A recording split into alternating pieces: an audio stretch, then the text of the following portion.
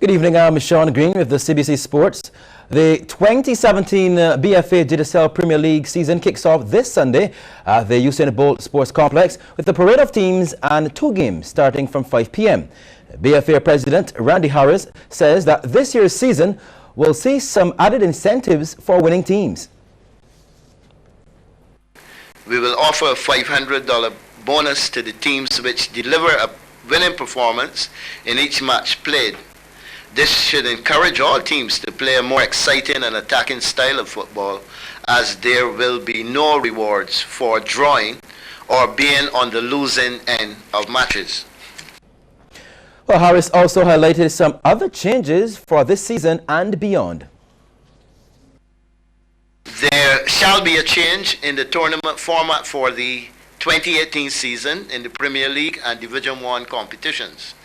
It means that this year the promotion and demotion will be a bit different.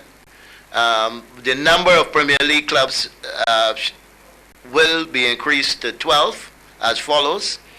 The clubs ending the 2017 season in the 9th and 10th positions in the Premier League shall play against the 3rd and 4th place clubs in the Division 1.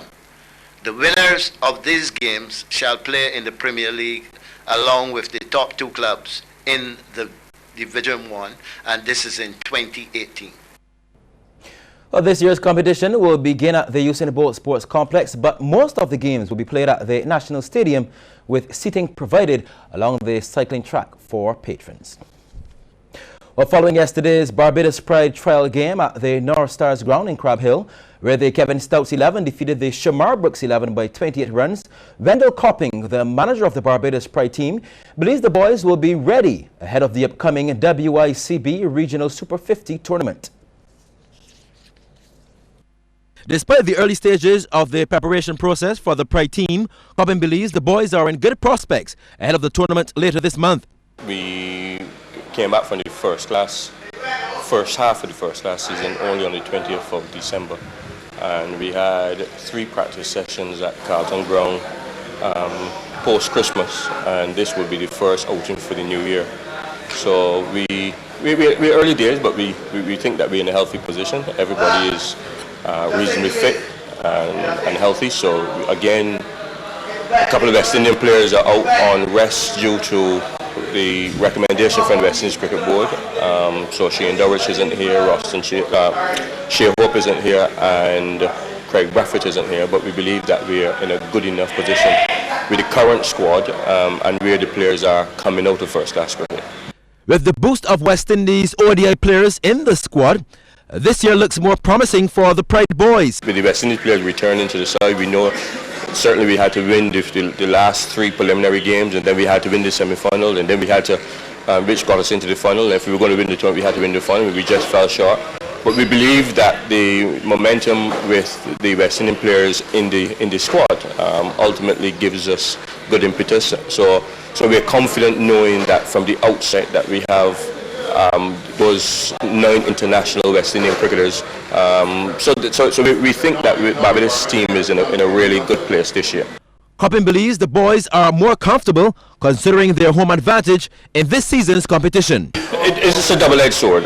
Ultimately, playing at home, there is pressure on the players because ultimately their fans, their club mates, the whole country will be expecting that we win. Certainly we win our zone. But at the same time, we feel confident enough that knowing that we're playing in conditions that are favourable to us or to the way that our style of play. So yes, we believe that there is some advantage. What we now need is a concerted effort from everybody involved. We need supporters to come out. We need pitches to favour the way we play. We need our players to adapt to whatever conditions that we meet. We have games at Kensington, at UWI, and at Lucas Street. So yes, we're at home, but at the same time, we still have to adjust and make sure that we take full advantage of whatever conditions that we meet. The second trial game will be tomorrow at Weymouth. The Brisbane Heat picked up a 9-wicket win over the Perth Scorchers in today's Big Bash without the services of West Indies bowler Samuel Badri. Chris Lynn led the run chase for the Heat after the Scorchers tallied 173 for 6. Lynn hit 98 from 43 balls with Brandon McCullum. He got 50 from 31. Now Badri, who usually opens the bowling for the Heat, will be out for at least 2 weeks with a hamstring injury.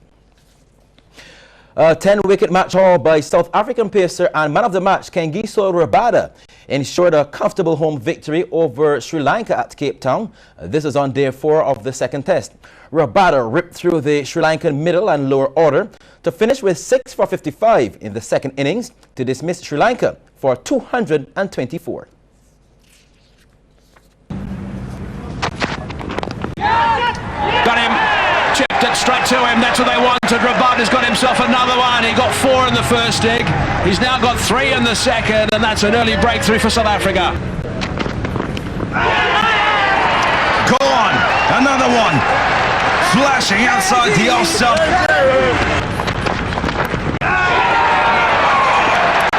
Rabada gets his fifth fifer. Gets the big one of Angelo Matthews, keeps probing around that off-stump line. There's another. Rabada with 6.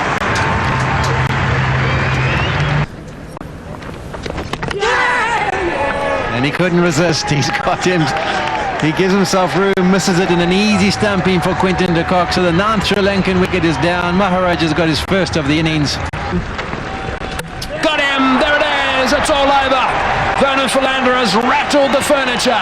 That is a series win for South Africa. Sensational performance in Port Elizabeth. Outstanding here in Cape Town. Congratulations, South Africa. They have dominated. Wonderful team performance by South Africa. The batsmen put the runs on the board. The bowlers did their stuff. So they went back-to-back series. One was in Australia where they did brilliantly. And they're completing another one here in Cape Town against Sri Lanka. A pretty easy one at that. So scores in the game: South Africa 392 and 224, Sri Lanka 110 and 224 as well. South Africa winning the 3-match series with 1 game to go. And Yunus Khan's 34th Test century was the highlight of day 3. This is in the 3rd Test between Pakistan and Australia at the FCG this morning as the visitors closed on 271 for 8. This is in reply to Australia's 538 for 8. Now Khan, he is unbeaten on 136. Opener Azhar Ali, he made 71, but here's how Khan scored his runs. That's nicely played. Beautifully timed off the back foot. Nice, Gary. Oh, they'll get some runs here. This could be 4 overthrows. Nathan Lyon has only himself to blame. David Warner won't stop that. Well played. It's not a bad attempt though from Lyon, throwing it out there, but it's been met nicely by Yunus Khan. There again is the cover drive, so anything just over pitched he's been able to punish. That's another good stroke. Slashing square drive from Yunus Khan, he likes it.